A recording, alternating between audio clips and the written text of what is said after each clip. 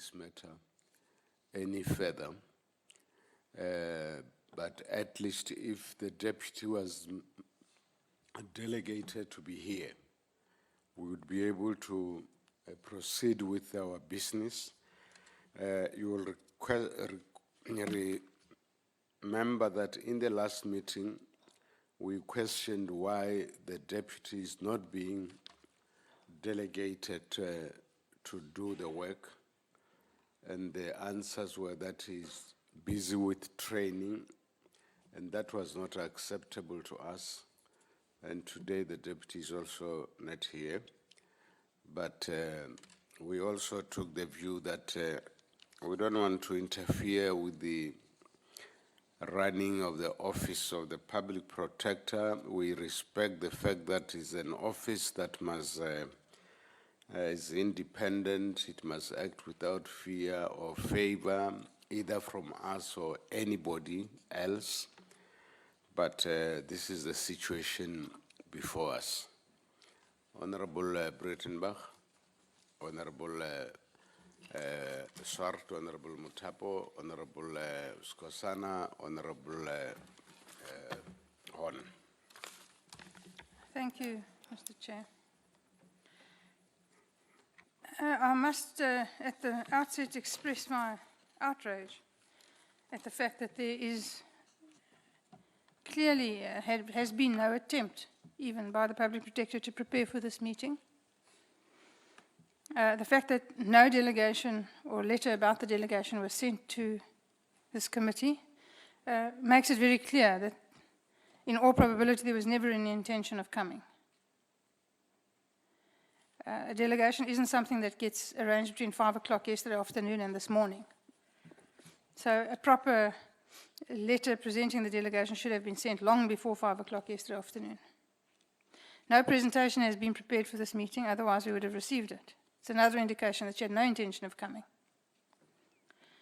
The fact that Mr. Malunga is not here is astonishing.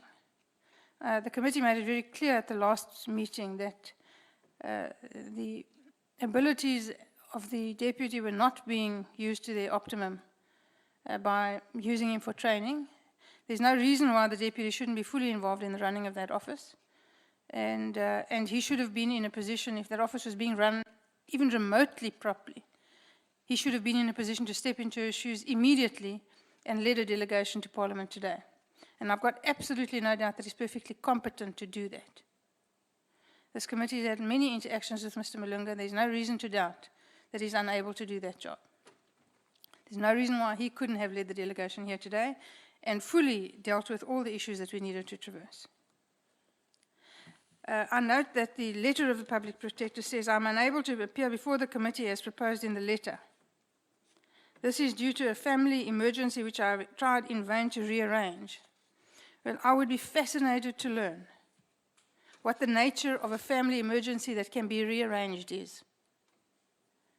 If there's an emergency, I don't know how it can be rearranged. So I have serious doubts about the veracity of this very flimsy excuse. And I take the greatest possible umbrage to the fact that the Public Protector has shown such contempt for this committee that she produces this kind of flimsy one-page letter to say that she couldn't rearrange her family emergency. It's so nonsensical that it should provoke outrage in every single member of this committee. The fact that she's made no preparation to be here today simply indicates that she never had any intention of coming, and she has no regard for the authority of this committee, and she doesn't feel herself obliged to report to anybody, and also not this committee, and she's made that clear in the past. And the next item on the agenda, when we get to it, is the letter of the DA Chief Whip to institute proceedings to have the Public Protector removed. I cannot stress enough that the time has now come for us to seriously consider that option. It's very clear that the Public Protector doesn't want to do this job, cannot do this job, doesn't understand the job, and has nothing but contempt for the processes that she has to report to. Thank you. Chair, thank you. I align myself with what my colleague has said in the committee. We do understand that emergencies do arise, but the questions which arise is Why was no documentation sent prior to this meeting? Were travel costs and accommodation costs incurred? And yes, why couldn't the Deputy Public Protector have stood in for the Public Protector? I remember with the previous Public Protector, Advocate Modonsela, there were times when she could not appear and her deputy then appeared. So there's no reason why the deputy could not have stood in if there was a family emergency, which we understand these things do arise. So, Chair, we should insist on a more full explanation. We should also insist that the Deputy Public Protector also comes next time when the Public Protector appears, that we can hear what is going on. Well, you correctly point out that it is an independent office, but we need to also bear in mind that the courts have indicated that it appears that the Public Protector does not understand her constitutional obligations and that of her office, and that one could imply also her obligations to Parliament itself. And we had that incident about where she insisted that her question should be answered by herself and not via the minister. So I tend to agree that it shows that whilst family emergencies do arise, that there is a degree of neglect or towards Parliament, and that we should take this up further. There's nothing more that we can do about it now, but we could possibly ask for a fuller explanation. And bear in mind, Chair, there's also issues which we raised previously, and that was relating to the Weber-Wenzel letter. So there are other issues that she did provide us with the documentation, and there are issues that we can consider. But at the end of the day, I do think it is time for us to seriously consider whether the Public Protector is fit to hold office and an inquiry in that regard. Thank you, Chairperson. Okay, thank you, Chairperson, honorable members, media, and officials. Chairperson, I thought maybe she should have taken you into her confidence and called you and inquire you and tell you really what is this family emergency. Didn't she do so? Maybe you can show by shaking of head or nodding. Didn't she call you? No, she didn't call me. Okay. Yes, because if it's a death case, I will understand. But this issue of rearrangement is trying to put us into doubt. And then, Chairperson, yes, I would like to align myself with previous speakers that although, yes, it's an impartial, that office is independent, and as a committee, we need not interfere in that regard. But in terms of legislation, if the Public Protector is unable to perform her duties, the Deputy Public Protector needs to act on her behalf. So it's true, it's a serious concern to us as a committee for her not at least to send a delegation to this meeting, just to show that at least she's showing a kind of a respect to this committee. And Chairperson, as to the dates proposed, I personally don't agree. At least if as a committee we can agree to say next week, not 2 weeks from now, the 21st and 5th July. Remember, from the 27th of June, nearly all members of this committee, except one, will be doing public hearings on Constitutional Review Committee. So it's totally unacceptable, Chairperson. That's why I'm saying that I don't agree with the proposed days. At least we can, as a committee, we can tell the office, because that office is not about an individual. They should act as a collective. So I think as a committee, we need to agree that the Public Protector's Office appear before this committee next week. And then a thorough explanation should be given on why did the public protector herself not make the necessary arrangement for today's meeting? Thank you.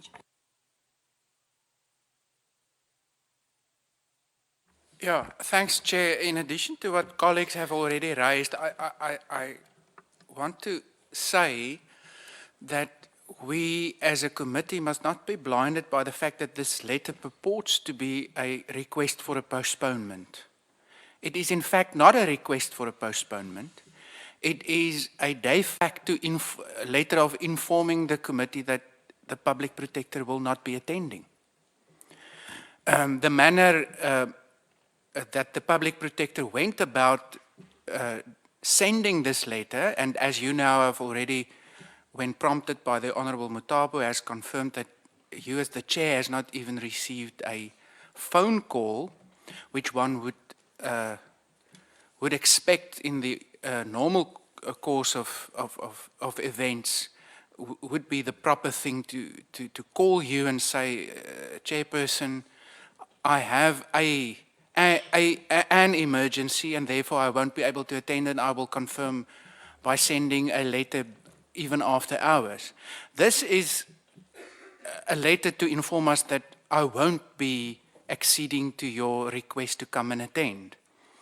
And the letter, in addition, if one look at what the public protector was supposed to come and address in front of this committee today, is a further indication that she, as a matter of fact, I don't think it will be an embellishment to say that this public protector has gone rogue. On the agenda today was 2 items, one in which she had to explain why she went about creating certain policies, making certain appointments outside of the provisions of the Public Finance Management Act. And obviously it will be difficult to come and explain this, and then now we have, from where we're sitting, a situation that I can't explain and therefore I won't come.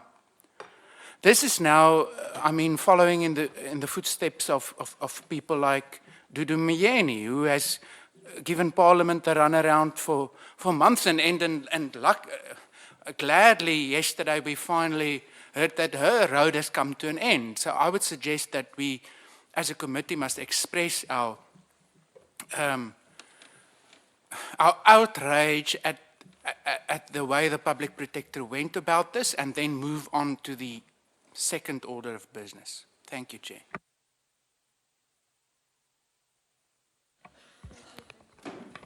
No, thanks, Honourable Chair, and greetings to everyone. Yeah, I think, Chair, we are noting, I think the letter from the public protector raising the issue of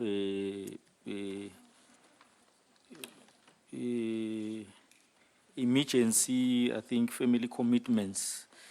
And I agree with Honourable Swart that I think, well, emergencies, they will always be there. And I think at this point, I think we're not sure what kind of an emergency that has taken place that affects her and her family. However, I think we are, like other members indicating, disappointed that she has not sent a delegation to represent her office, because I think under normal way of doing things, I think if you are unable to attend a meeting that has been scheduled and which we have prepared for, obviously would then send a delegation to represent the office. I think we are indeed disappointed. I think that's what we would have expected, to have a delegation, while we're noting her absence due to family emergency, but having a delegation that is going to assist us to take us through the issues that we were supposed to discuss with her and her office. So we are really disappointed as a committee on that. But also coming on the issue of dates, yes, I think I would also align myself with Honourable Mutabo that maybe from our secretariat, if we could engage her office, try to find a date of next week. Maybe she is fully booked for next week, that's why maybe she's proposing other dates, but maybe we can persuade her maybe to shift other meetings, just allocate one day for next week so that we we hold this meeting next week, because taking it to these other dates that she has proposed, I think it would be very difficult. As Honorable Mutapo indicated, that I think the majority of members are sitting in the Constitutional Review Committee, and they would be embarking on a roadshow to visit various provinces on public hearings. I think when we are in recess, obviously it becomes very difficult for members to come back to Cape Town and all those things. So if we can at least try to convince her and her office to schedule the meeting to next week, I'm aligning myself with that particular proposal, Honorable Chair. Thanks. No, thanks very much, Chair. I also agree that we should note that there is this emergency without actually preempting what the emergency is all about. And I also agree that we should get an explanation on the kind of this emergency. But I think it's unfortunate to then go on and say this is not an emergency, whereas we didn't have an explanation. And I also want to align myself with what Honorable Mutapo said, that we should persuade the public protector to accede to another date next week. Because obviously today, the public protector is not there. And what else can we do? Thank you very much. My grandmother taught me that one head is better than one. And that means that if you act as a collective, you can't fail.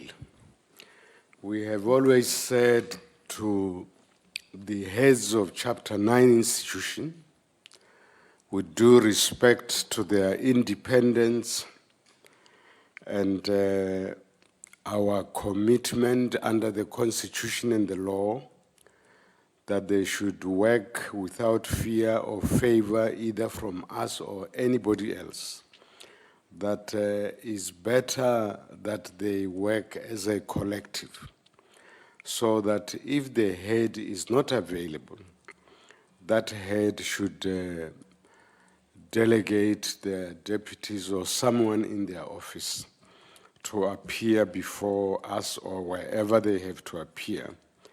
And here we sit with a situation where the public protector is not here. She informed us at 5 o'clock after hours yesterday, thanks to the diligence of the committee secretary. Otherwise, we would not even be aware why she is not here. But if she has an emergency, the emergency does not apply to the committee, and there would have been prior arrangements by her deputy and other members of the staff to be booked and to be here. And the fact that the deputy is not here, other members are not here, cannot be understood and explained. And usually a report gets sent to us in advance. That report is not before us, and the list of other delegations is not before us. But it is a rule of natural justice that you hear the other side before you judge, and therefore we cannot say that it is contempt of this committee or neglect, and therefore we should accept what the honorable members are saying, that we need a full explanation. So we will write to the public protector to find out why she has not appeared before this committee, and if what were the reasons. And it's easy to say my mother was sick, or there's a death in the family, or advance some or other reason why. And if that reason, those reasons are advanced, to say why was the deputy not here or other members, if the explanation is really genuine. But let's not prejudge anything. We will send the letter to her to seek the explanations. The other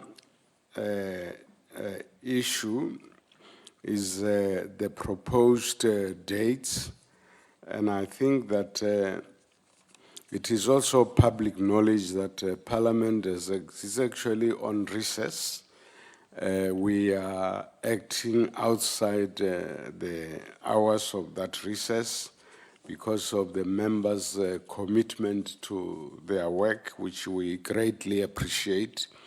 And we have no option but to agree with what Honorable Mutapo and Skosana and others are saying, that we are also going to do public hearings on a very important matter of land. So this committee is with the exception of one member.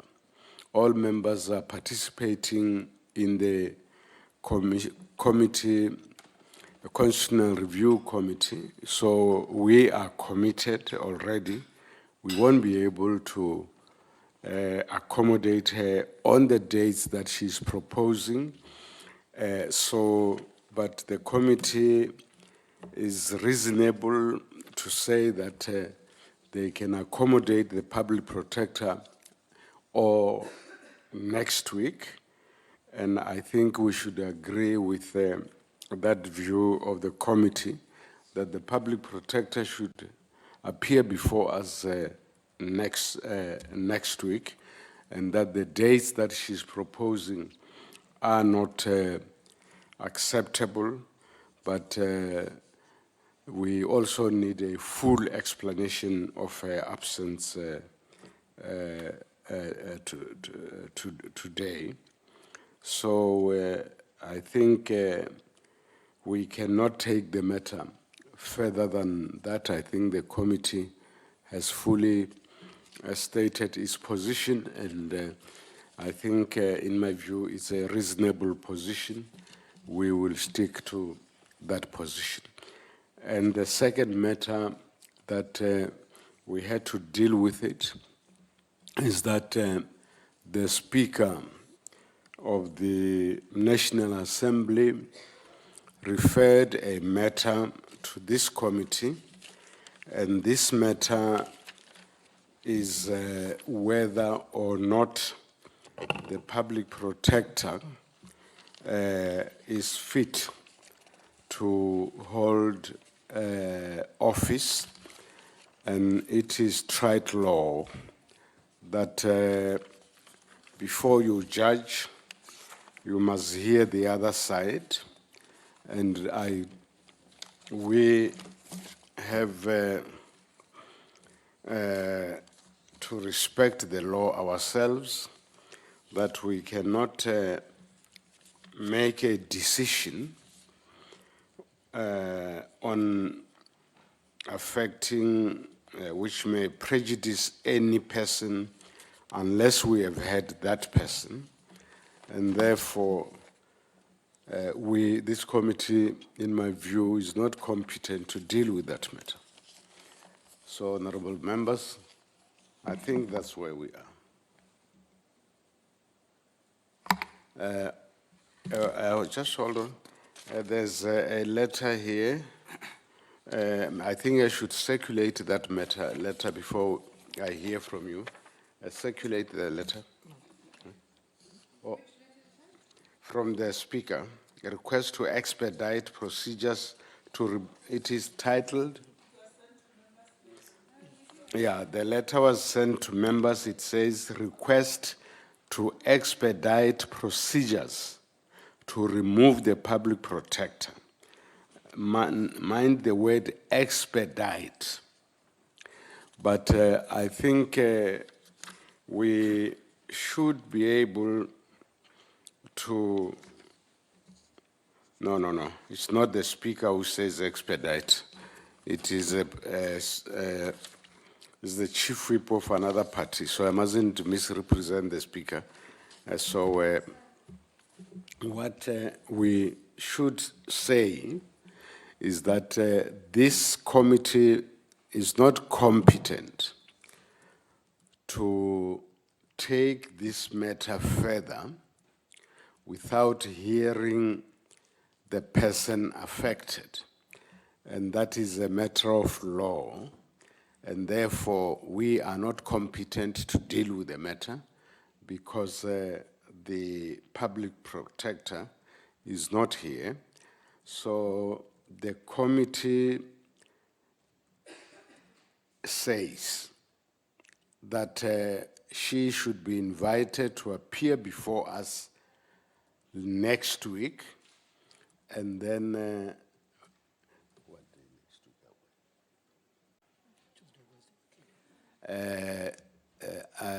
we will be open on Tuesday or Wednesday. So those are the only dates during this term that the committee, if it will be available to entertain this matter. So unless I hear the contrary, it means we'll have to invite her to appear before us next week, but let me hear the honorable members. Honorable Hon.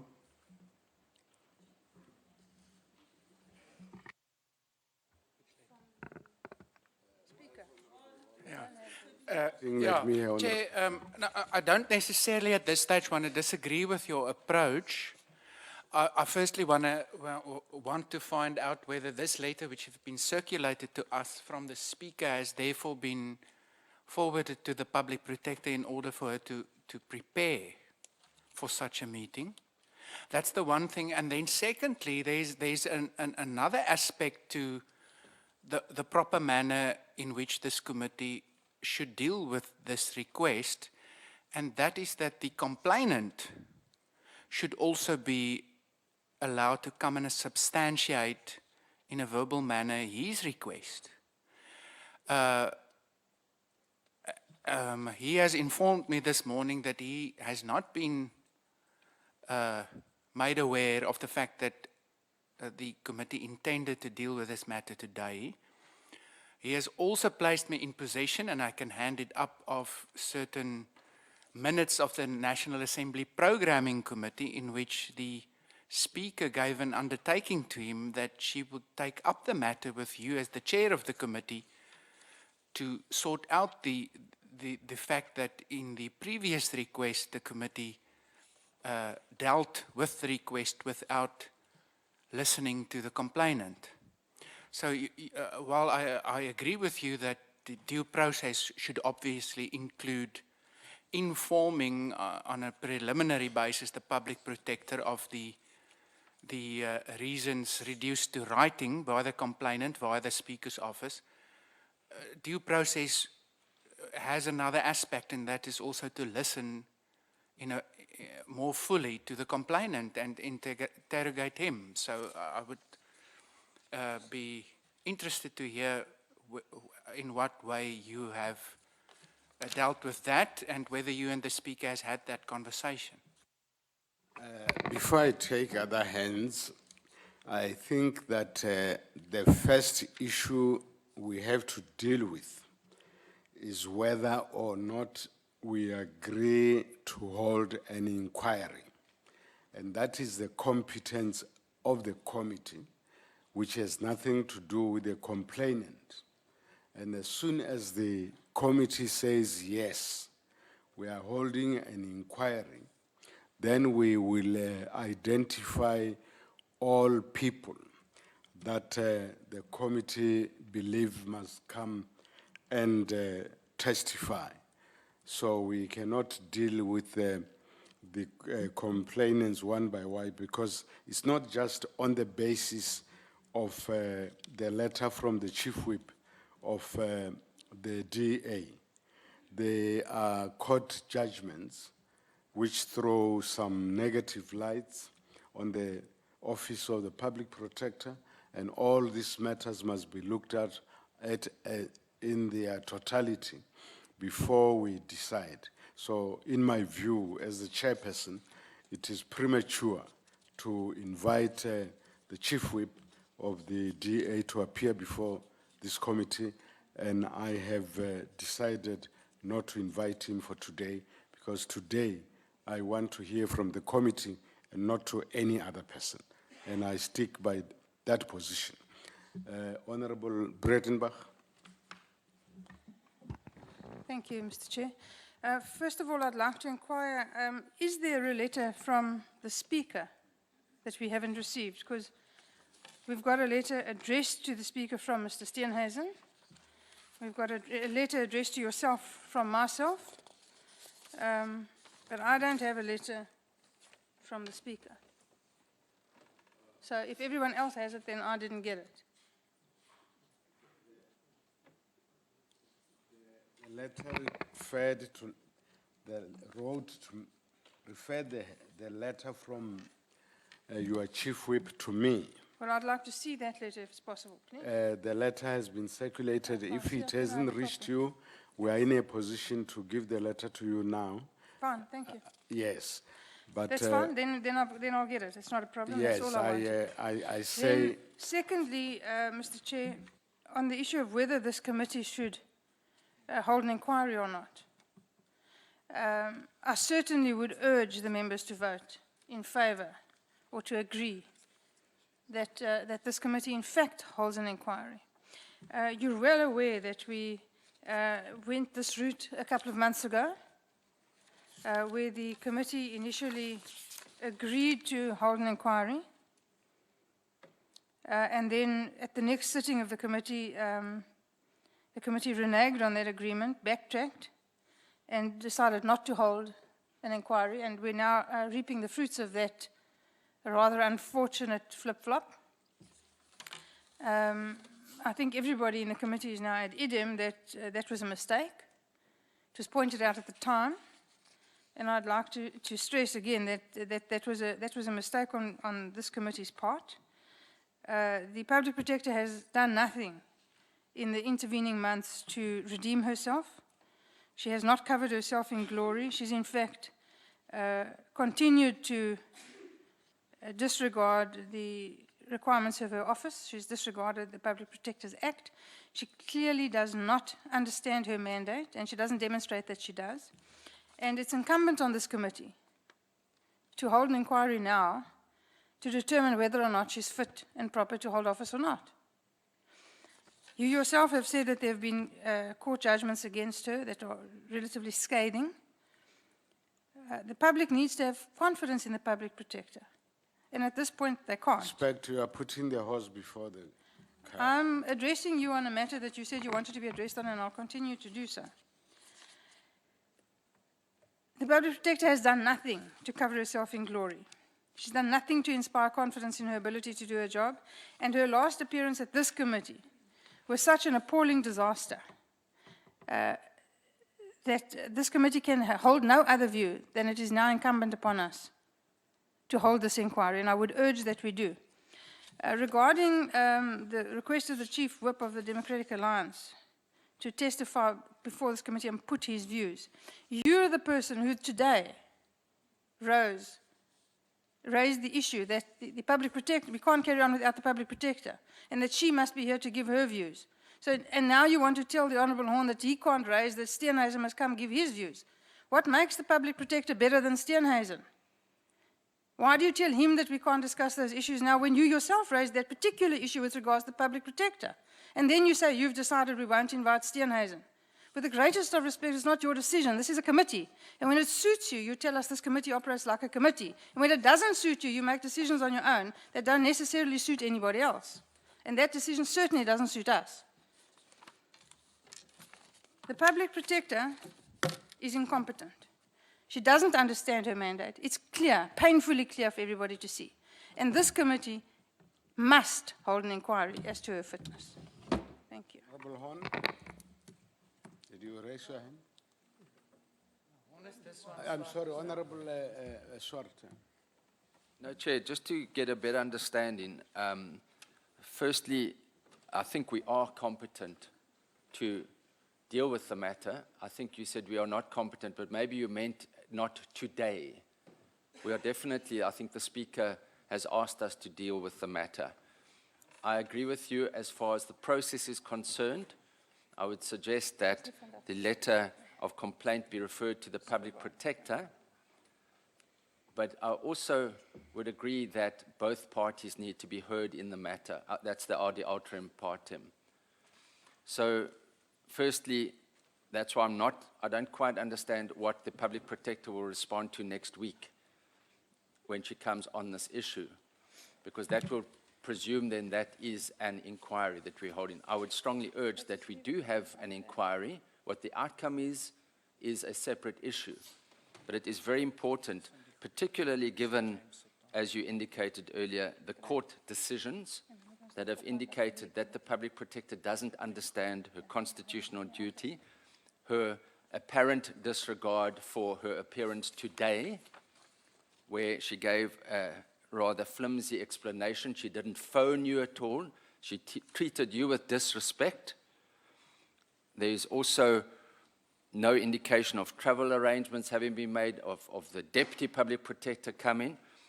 And so, Chair, and of course we know the last appearance when she vainly tried to explain her findings with the Estina dairy product, her findings in that regard. So there is a number of issues we need to look in. And so I would strongly urge us to consider an inquiry with due process being held. And so I want to fully support you on the due process side of things. What I would need clarity is the directive from the Speaker, whether she directed us to hold an inquiry or to expedite the matter, and I would like your guidance in that respect. But I would urge you, Chair, that given the public interest in this matter, that we forward the letter of complaint for her to respond to, and that we then hold a due inquiry. Again, I want to emphasize what the outcome of that is a separate issue, but we need to, as Parliament, exercise our oversight ability in this regard. Thank you, Chair. Any other Honorable Scots? No, thanks, Honorable Chair. I think I agree with you in terms of the procedure. I think here with us, I think we've got a letter which is written by the Honorable Steenhuisen, addressed to the Honorable Speaker. Well, the letter that we don't have is the letter written by the Honorable Speaker addressed to the committee, wherein she was referring the matter to the committee. And I think in the letter written by the Honorable Steenhuisen, I think she gives a number of reasons why he thinks that the committee or Parliament should constitute an inquiry on the fitness of the Public Protector to hold office. But I think we are correct that because we are having the Public Protector next week, I think it is fair enough, I think, because we have reasons here, according to the Honorable Steenhuisen, why we should institute an inquiry. But it's fair enough to also, when the Public Protector is here next week, to allow the Public Protector to say, these are the issues that have been raised about your office, what do you say? But then after having heard her, then as a committee, I think we will then make a determination whether we should have that particular inquiry. And if we agree to say, let's hold an inquiry into the fitness of the Public Protector, in the process, if we need more information from Honorable Steenhuisen or from any other person for that matter, we would invite Honorable Steenhuisen or any other person that we feel can assist us in giving us more information on the matter as we proceed with an inquiry. So as of now, I think we have not arrived at the point of whether do we conduct an inquiry or we don't. Thanks, Honorable Chair. Thanks very much, Chair. You see, Chair, there are members here who have their opinions, and they want to make it appear as if their opinions are the opinions of this committee. Now, I can't agree more with Honorable Skhosana that in your initial statement, Chair, you indicated that it will not be proper to discuss this matter now in the absence of the public protector. And we, in the first instance, we said we urge that the public protector should appear as early as next week in this committee. So all these matters will be discussed then, and there must come a time where this committee determines whether it's proper for this committee to engage in an inquiry. We have to reach that stage. After reaching that stage, we will then be able to call all those who are affected, whether they are witnesses, to come and appear before the committee. But we can't make a determination now, even before we reach that stage.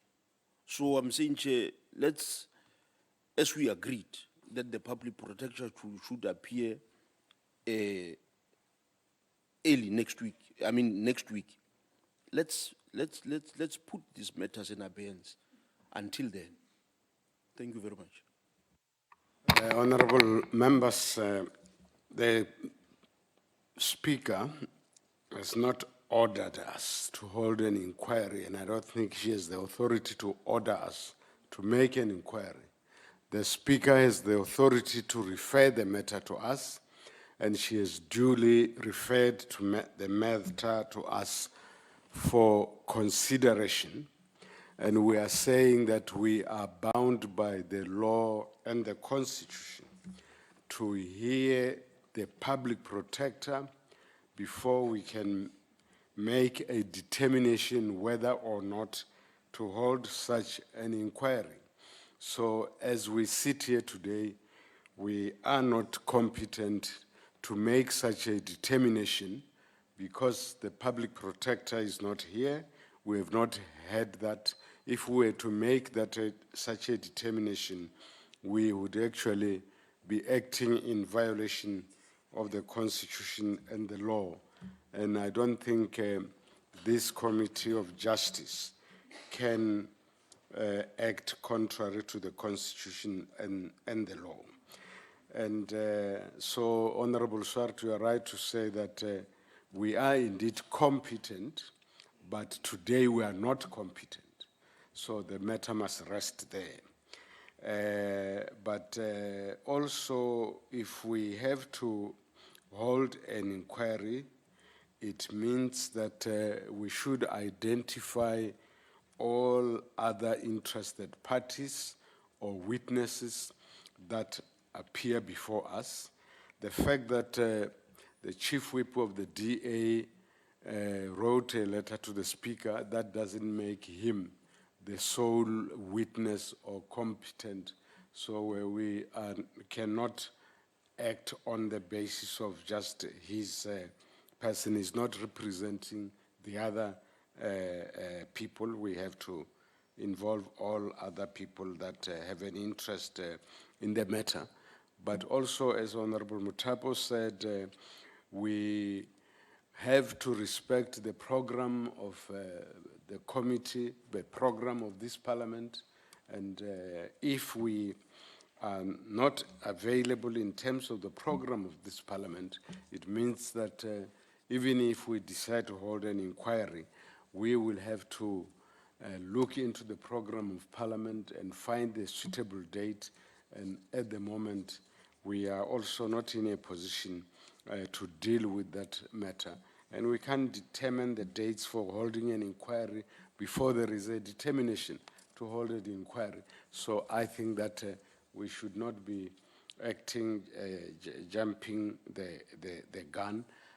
So the decision we can take now is that the dates proposed by the public protector, that she appears before us on the 5th and the 5th of July or the 21st are not acceptable. We want a full explanation why she's not here today, or alternatively, why her deputy and the other staff are not here today. And we expect that next week she appear before us, and then a report that is expected of her should be tabled before that meeting, and then we will then determine the way forward in that meeting, which will be held next week when she appears before us. Honorable Horn? Yeah, Chair, may I propose that we request that the Deputy Public Protector form part of the delegation next week, so that we also can canvass the issues around, firstly, his delegated powers, but secondly, regarding the failure to send a delegation today with him. Honorable Horn, that is reasonable and acceptable because the deputy is part of that office and he cannot just be absent without reasons, so we will communicate that. Honorable Maila? No, Chair, but no, I don't think that is correct. Because we, as this committee, we don't have to be seen to be micromanaging how the public protector's office is operating. What we demand is that next week, the public protector should be here, whether she's represented by her deputy or it's herself, it's okay. But the public protector must be with this committee next week. Maila, you are right, we cannot micromanage. The issue was that the committee was concerned why the deputy is not performing his duties as the deputy. So this matter had arisen in this committee. So I understand Honorable Horn to be saying that next week we will also want to deal with that matter, and we also don't want to deal with a matter that may be prejudicial to him in his absence. So he's really just suggesting that flowing from our previous discussion, that he should be there. So, but I still say, I agree with you that we have no intention of micromanaging that office, and we're not going to do that, but we'll request that the deputy be in attendance next week so that we don't discuss matters affecting him, which might be prejudicial to him in his absence. Thank you very much. Honorable Mkhwebane. Thank you, Chairperson. Greetings to colleagues and everyone. I'm sorry to be late. I started in a public service and administration committee. But Chairperson, I only need clarity on the same question of the public protector vis-a-vis the allegations. I understand that we have the letter from the complainant, the Honorable Chief Whip of the ADA. But what I want to know is that was the letter given to the PP for her to prepare her responses? Because my worry, Chairperson, is that this matter is not coming to an end. We have discussed it a number of times and it will be kept for another day.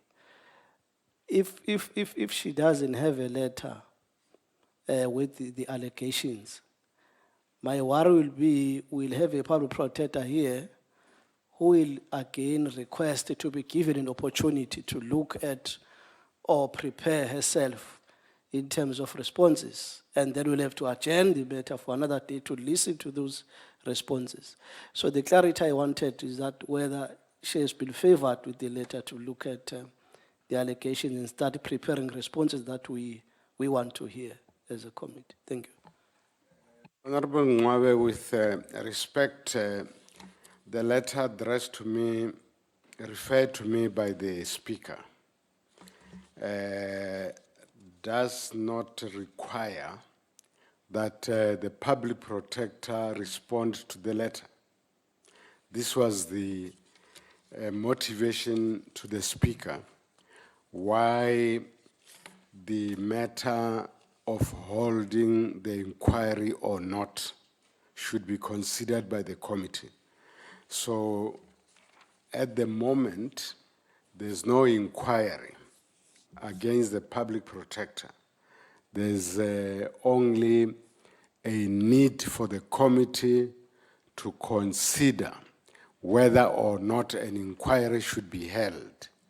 And once that determination has been made, the complaints of the chief whip of the DA, the court decisions, and other complaints from other persons unknown to us and not known at this stage. Those people will be called by this committee to come and testify. So we have not reached a stage where we can confront the public protector with any allegations because we have not decided to hold an inquiry. And as matters stands today, we are not competent to take a decision on that matter, and therefore we cannot confront witnesses with any evidence. So all we are saying is that next week, we are asking her to appear before this committee to determine whether or not we proceed with the inquiry. If the committee then decides we are proceeding, we will then determine the process of such an inquiry and identify the complainants who must appear before us. So we will come to that matter after next week's meeting. Honorable Horn.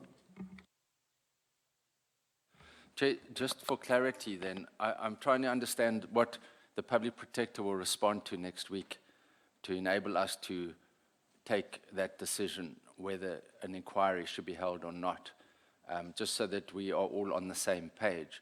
Is she going, and that's why I suggested she should be given the letter from the chief whip of the DA to respond to that, to enable her, because otherwise, can I have your just an understanding of what is she going to respond to next week when she appears before us to help us and put us in a better position than we are today to have an inquiry or not? I would think that maybe at the very least she should have that letter just to respond to those allegations.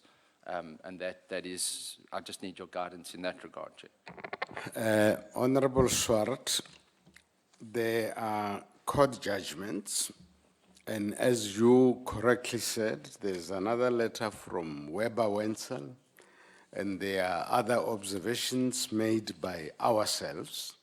So members of this committee have enough information to be able to put questions to the public protector on whether or not an inquiry should not be held into her fitness or otherwise to hold office.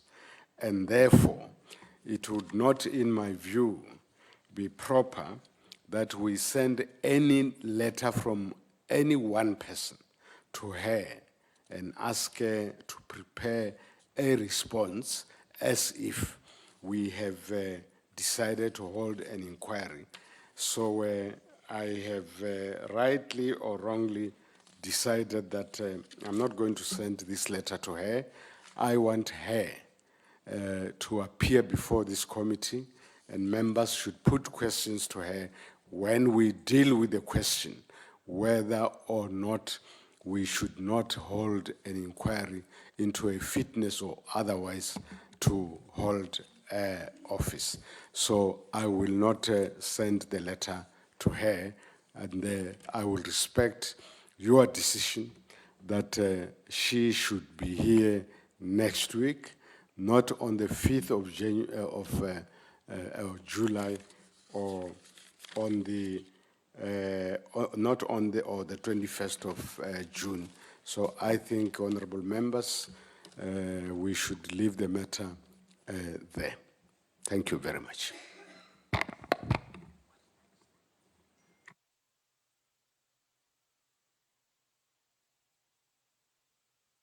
Honorable members, I really must thank you for you attendance and your interest in matters of Parliament and for making yourself available even during recess to serve the public that elected you to be honorable members of Parliament. And you deserve to continue to be really called honorable members of Parliament. Honorable On. Yes, Chair, can we get a formal indication on the record as to which dates we will be meeting tomorrow and next week? And it's purely for selfish reasons why I raised this. I'm one of those members affected by the grounding of SA Express. So it's very difficult for me to get to Cape Town and I can't change flights on the whim anymore.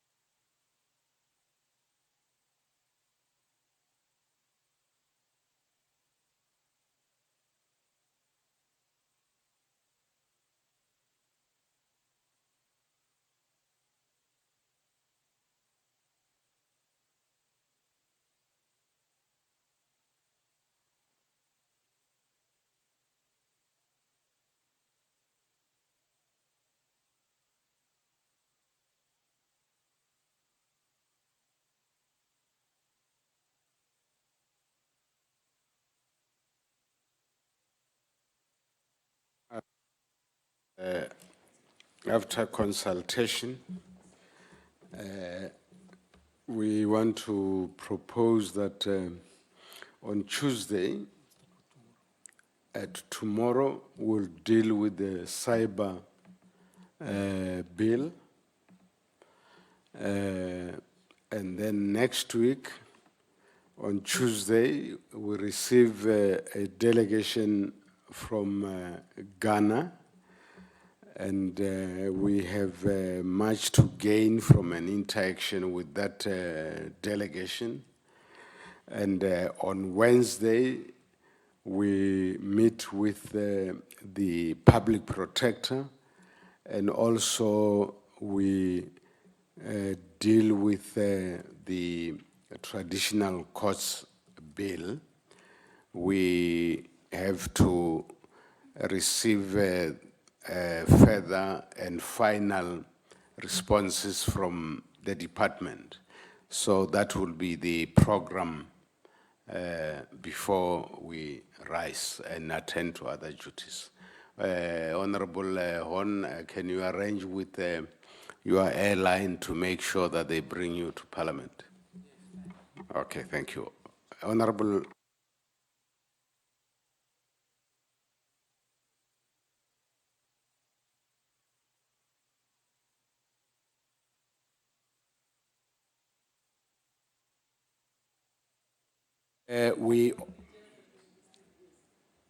We also agreed that we should meet with the CRL Commission, the Commission on Religious, the Commission on Cultural, Religious and Linguistics Commission, and can we ask them to appear before us on Tuesday? So Tuesday we'll deal with the Ghanaians and that committee.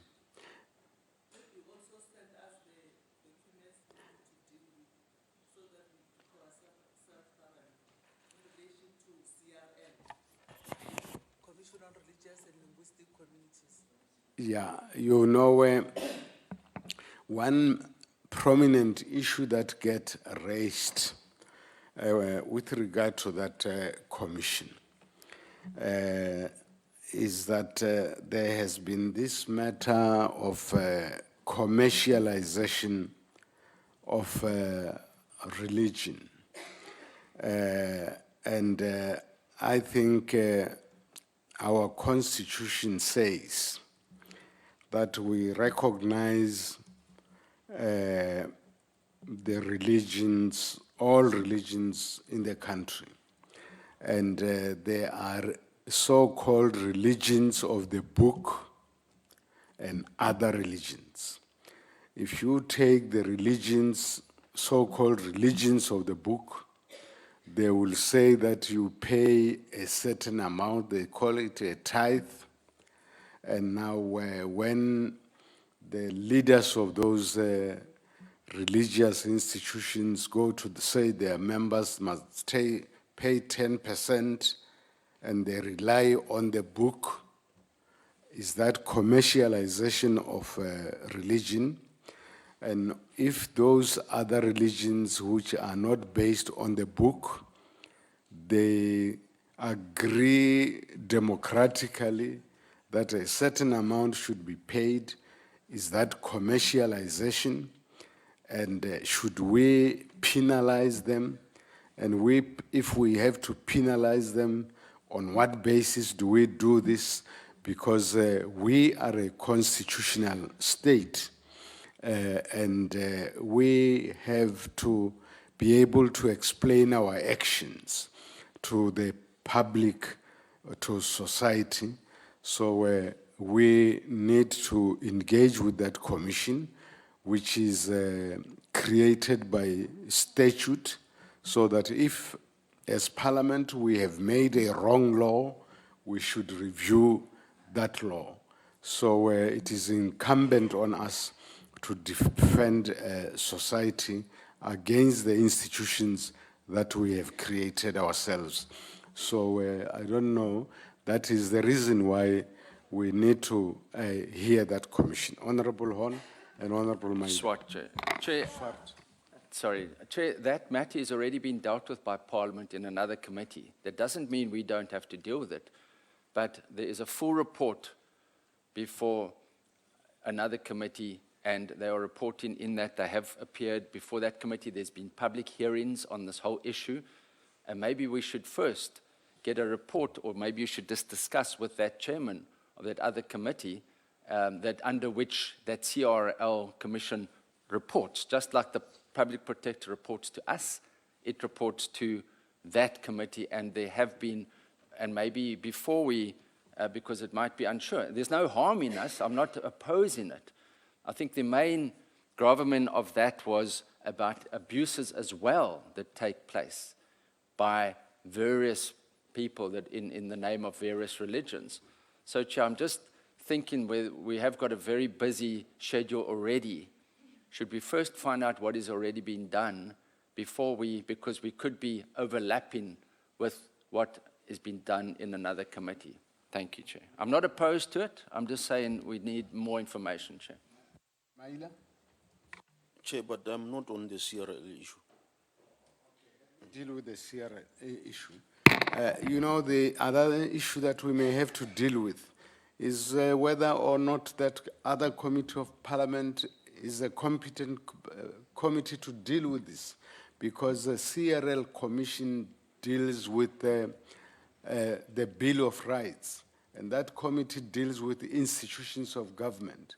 So this will offer us an opportunity to really reconsider that matter, so that we may make the necessary recommendations to Parliament if we think that the location of that committee is in itself creates problems, because we must make proper laws ourselves, and this committee is in a position to advise Parliament on the correct location of that committee. So let's proceed with that meeting.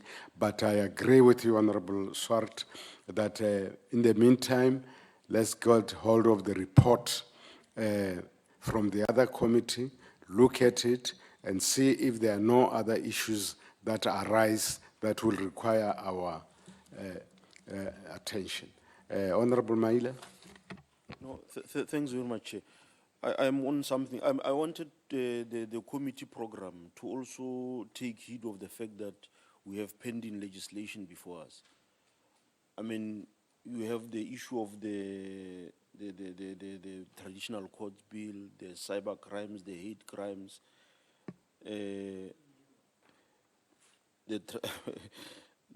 Rome Statute and all of these things, so that the program should actually take heed of those pending legislations. And the other issue, Chair, is that I see us not doing justice to correctional services. Our focus seems to be too much on the justice factor and not on correctional services. Members, I think that it's important that we also not become a dumping ground of bills, because Parliament is aware that there's a program that is taking us away from Parliament for 2 months. Now, if there are bills to be referred to us now, we are not going to be attending, we're not going to be able to attend to any bills now. So I will communicate with the Office of the Speaker that if Parliament is sending us away to do other work for 2 months and other new bills are referred to us, what do we do with those bills? Rather, as you correctly observe, Honorable Maila, rather that we attend to the business that is before us now, rather than take on additional legislation.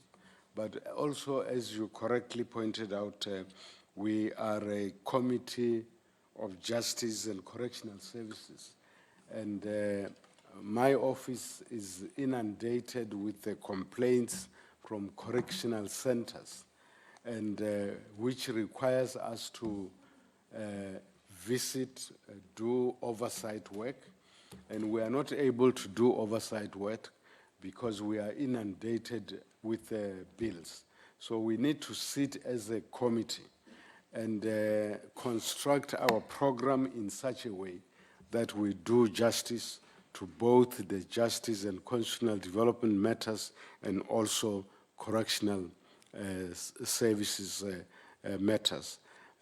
But maybe next week when we meet, we need to look at our program for the rest of the year.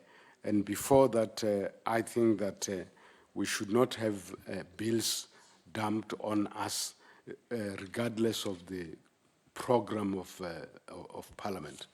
Honorable Breitenbach. Thank you, Mr. Chair. Might I suggest that while we're talking about correctional services, and I agree with the Honourable Maila astonishingly that we are neglecting correctional services. We haven't seen JICS at all. Their meeting with us was postponed. And so before we embark on any oversight of the prisons, could we perhaps arrange for JICS to come and present to us, since we haven't heard from them for so terribly long? Thank you. Yeah, thanks, Honorable Chair. No, I fully agree with Honorable Maila that I think as the committee, I think we have neglected the correctional service work as a committee. I think we need to, as we deal with the program moving forward, I think we need to prioritize that. But secondly, on the issue of CRL, I just want to understand, is this meeting requested by them, or is it us who are inviting them, and how urgent is their matter? I'm just taking into account that we've got only 2 days next week. How urgent is the matter of CRL, and it is them who have requested the meeting, or it is us who are inviting them? Wouldn't it be proper for us to first meet with the other committee that Honorable Swart referred to, which the CRL report to them, just to get to know how far have they dealt with the issues of the CRL and be able to diagnose which issues are relevant to us from that particular, from the CRL that we can deal with, so that we avoid to bring them here and then start asking them the same question that they are being asked in another committee, reinventing the wheel and stuff like that. Thanks, Honorable Chair. Let me start with what you are saying, Honorable Skosana. You see, the problem is that the chairperson has no intention of making himself a committee. And the chairperson also wants to be able to sleep.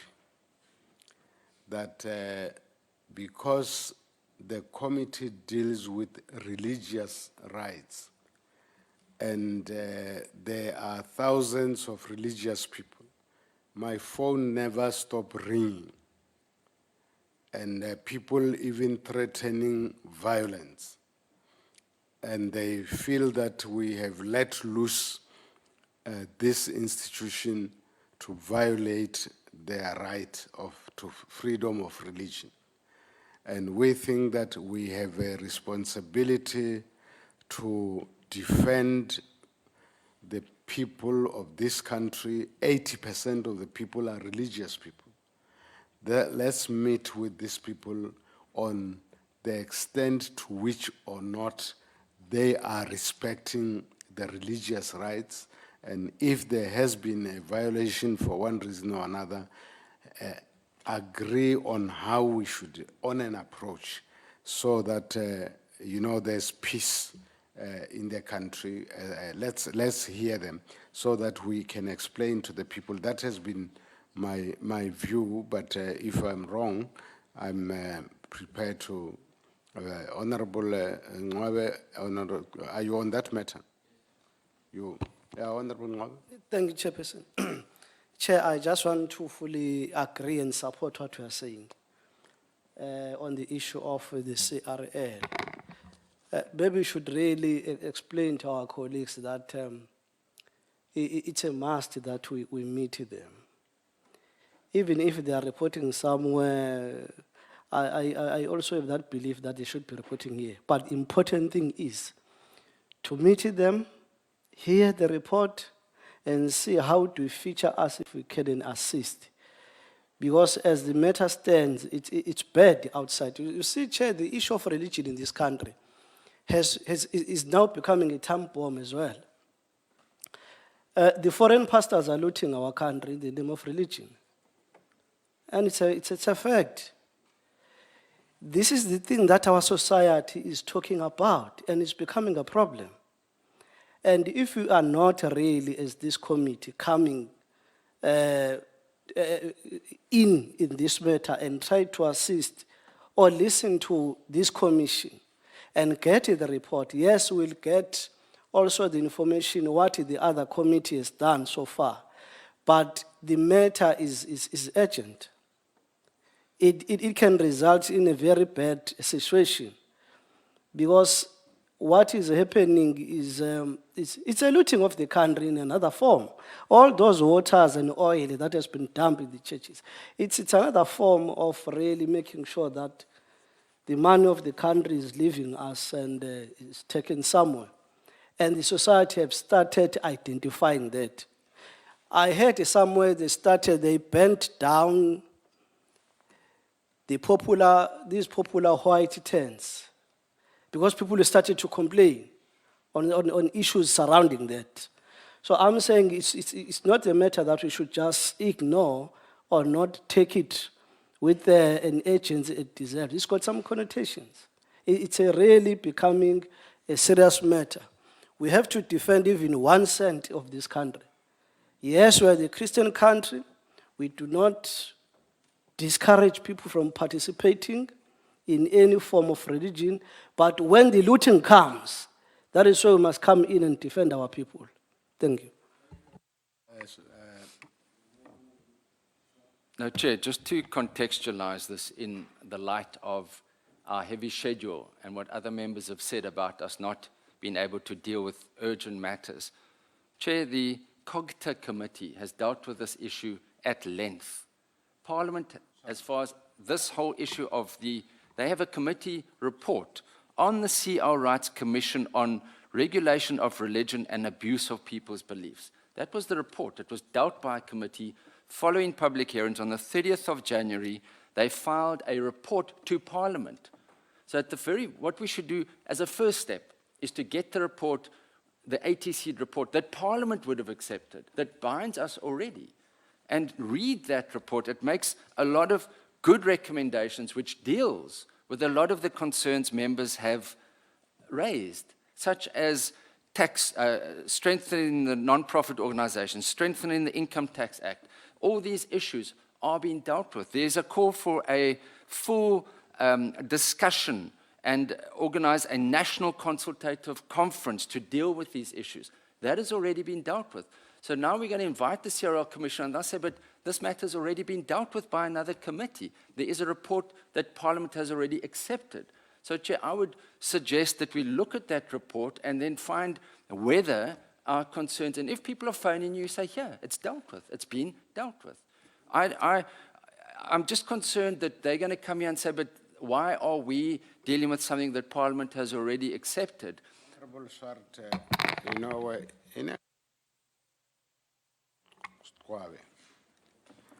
we don't dispute that there has been that discussion. But I personally even have seen where there are WhatsApp where people are holding guns pointing at nuns. This matter can lead to violence. And I think as this committee, we should listen to these people from a different angle, human rights angle, and advise. If we fault, we must fault on the side of human rights. So it won't harm us to meet with them, hear them from the side of the human rights as to what extent are they prioritizing that in the light of the information that is reaching us. We have 2 days, so we can accommodate them. Then in the meantime, let's also read that report and see what other issues arise from there. Sorry, Chair, can I just ask our researchers to get, the report is a very lengthy, but the ATC, the public submissions, the public hearings that we had, and particularly the report of the committee, that, and I presume it was ATC'd, but at least we need that pre-reading. We'll get it circulated, so let's agree with Honorable Mkhwebane. We will ask them to come before us next week so that we are not also accused of neglecting our work.